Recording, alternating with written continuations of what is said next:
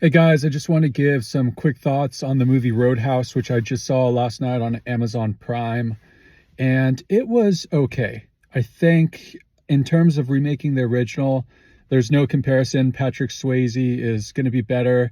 In terms of what I thought, Jake Gyllenhaal, I love him. His movie Nightcrawler is probably one of my favorite, like top 10, top 15 movies. His acting performance of that is just one of my favorite films to watch in terms of like acting performances and being in that role and being that character. But I feel like in this he felt a little tone deaf. I couldn't quite get the gist of his character. I couldn't quite get into it. He didn't have that like fun side that like Patrick Swayze had. He didn't have the like, he wasn't like training the bartenders or the bouncers on how to better protect the Roadhouse. It just, his character was kind of just in the middle. And not to say that he did a terrible job. I feel like he did carry the movie, but for me, his performance to me was just a little, I couldn't make heads or tails of what his character was. He was silly at times and playful and kind. And then he was, slapping people and like just I don't know, it just didn't add up to me. And then by the end, he's like, has a body count. And sometimes I'm willing to overlook the body count, especially if it's like, hey, they're assassins or something like that, or they're given some backstory. But he wasn't given that backstory. He's a UFC fighter, which I love the UFC, and I was rooting for those tie-ins, but it's like it didn't equate. It's like, all right, you have this UFC fighter, and by the end, he's like got a body count. He's like killing people. And I feel like the motivation for him doing that just wasn't there. It didn't quite add up to me. And, there's a lot of campiness in this movie. You're either going to like it or hate it, and there's dark tones too, which kind of interweave with each other for better or for worse.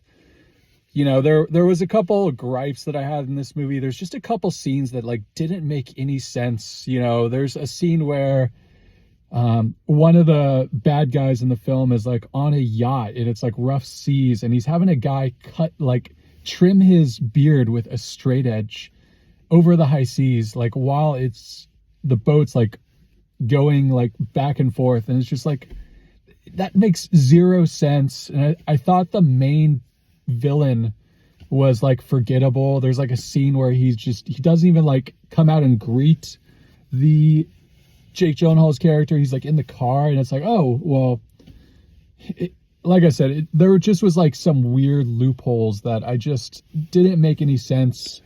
Conor McGregor's character was really fun. But I feel like, man, just the cheese factor of the lines, just like I said, you'll either like it or you won't. There's quite a bit of campiness. To the movie's credit, I will say that the action scenes at the end are quite fun once everything ties in together. I think my big critique is with Conor McGregor's character. I would have liked if his character was given a backstory much earlier on in the film. And, the two characters are kind of interwoven a little bit more.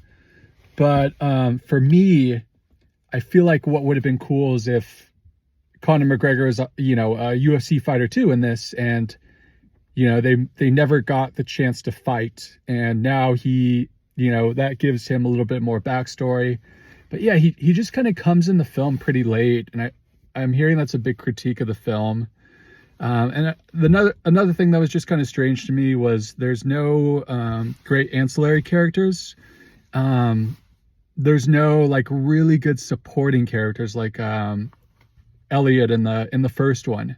There's a girl who looks over a library, which also didn't make too much sense to me. Like, her dad has a job, her mom passed away, and she spends full time working at a library by herself, I guess, as a little girl in Florida. But yeah, there's just little like loopholes like that. Not great ancillary characters. There wasn't like an Elliot performance that really stood out to me. Again, Conor McGregor comes in a little too late for my liking. I would have liked if they had developed his story more in the beginning. And the movie takes a while to pick up speed.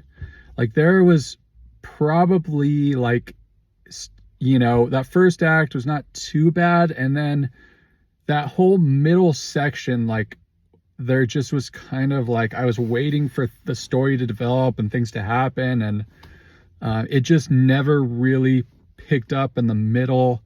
Now, I would say as a streaming movie, I'm really glad I didn't go see this in theaters. So, I would say this is definitely like a streaming movie just to kind of turn your brain off, have fun. And if you like those kind of films, then yeah, I guess I just was hoping for a little bit more in terms of being true to the original Patrick Swayze, just more fun lines, Jake Gyllenhaal's character maybe being a little bit more fun.